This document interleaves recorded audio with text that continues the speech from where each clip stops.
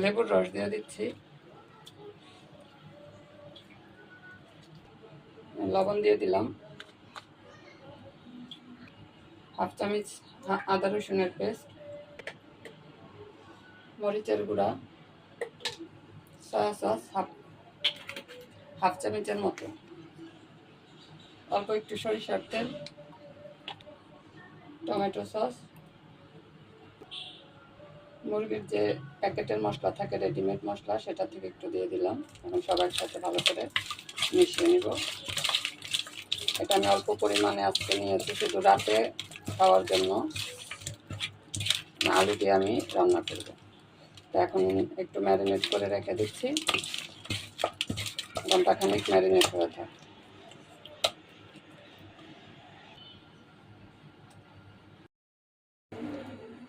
যে মাংসগুলি ম্যারিনেট করে রেখেছিলাম, এখন মুরগির মাংসগুলি ভেজে নিব।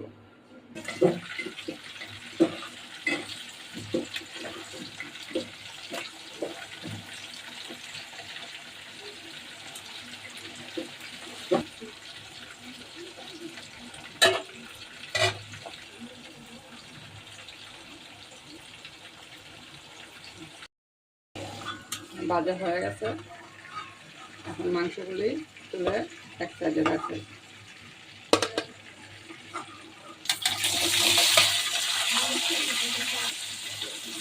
লবণ দিয়ে দিলাম,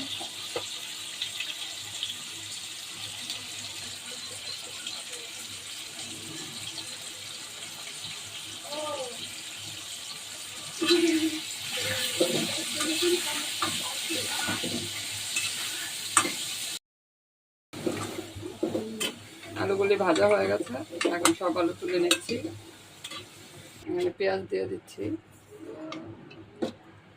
2টা বড় সাইজের পেঁয়াজ আছে এখানে। এখানে তেলগুলি ঢেলে দিচ্ছি, যে মাংস ভাজার তেল দিচ্ছি।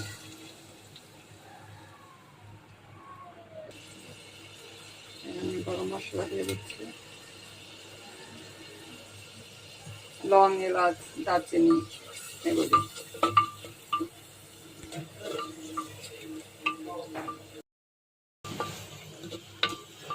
পেঁয়াজটা লাল হয়ে গেছে, এখন পানি দিয়ে দিচ্ছি।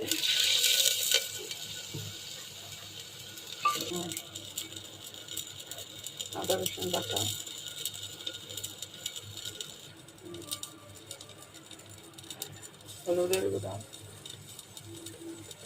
হলুদের গুঁড়া দিচ্ছি 1 চামচ, মরিচের গুঁড়া দিয়ে দিচ্ছি হাফ চামচ, ধনিয়ার গুঁড়া, গরম মশলার গুঁড়া, লবণ,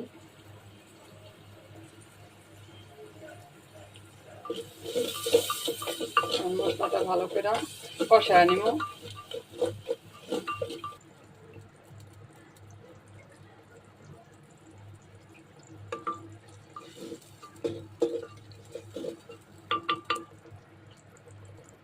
মশলাটা সুন্দরভাবে কষায় নিব।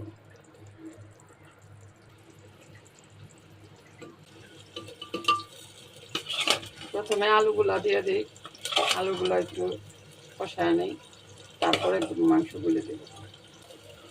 হালকা পানি দিয়ে আলুটা একটু হালকা পানি দিয়ে সিদ্ধ করে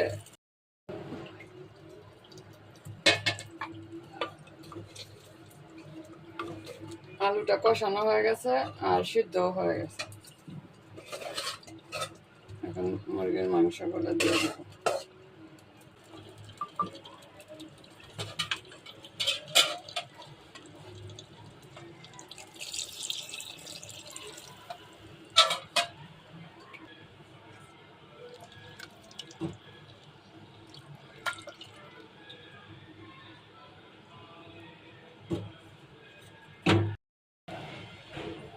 কাঁচামরিচ আর এখানে কুচি করে টমেটো রেখেছে, দিয়ে দেব।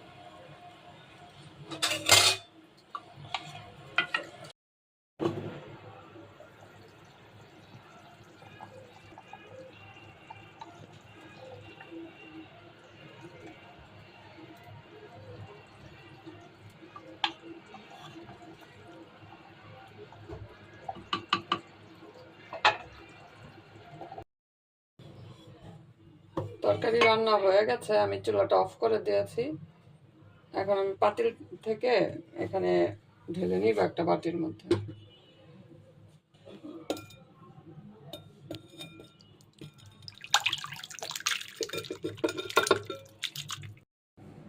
রান্না করে নিলাম মাটির হাঁড়িতে মুরগির মাংস, তরকারি আলু দিয়ে রান্না করেছি।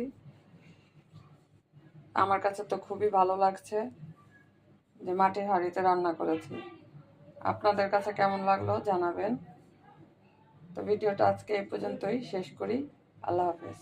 সবাই ভালো থাকবেন। আল্লাহ হাফেজ।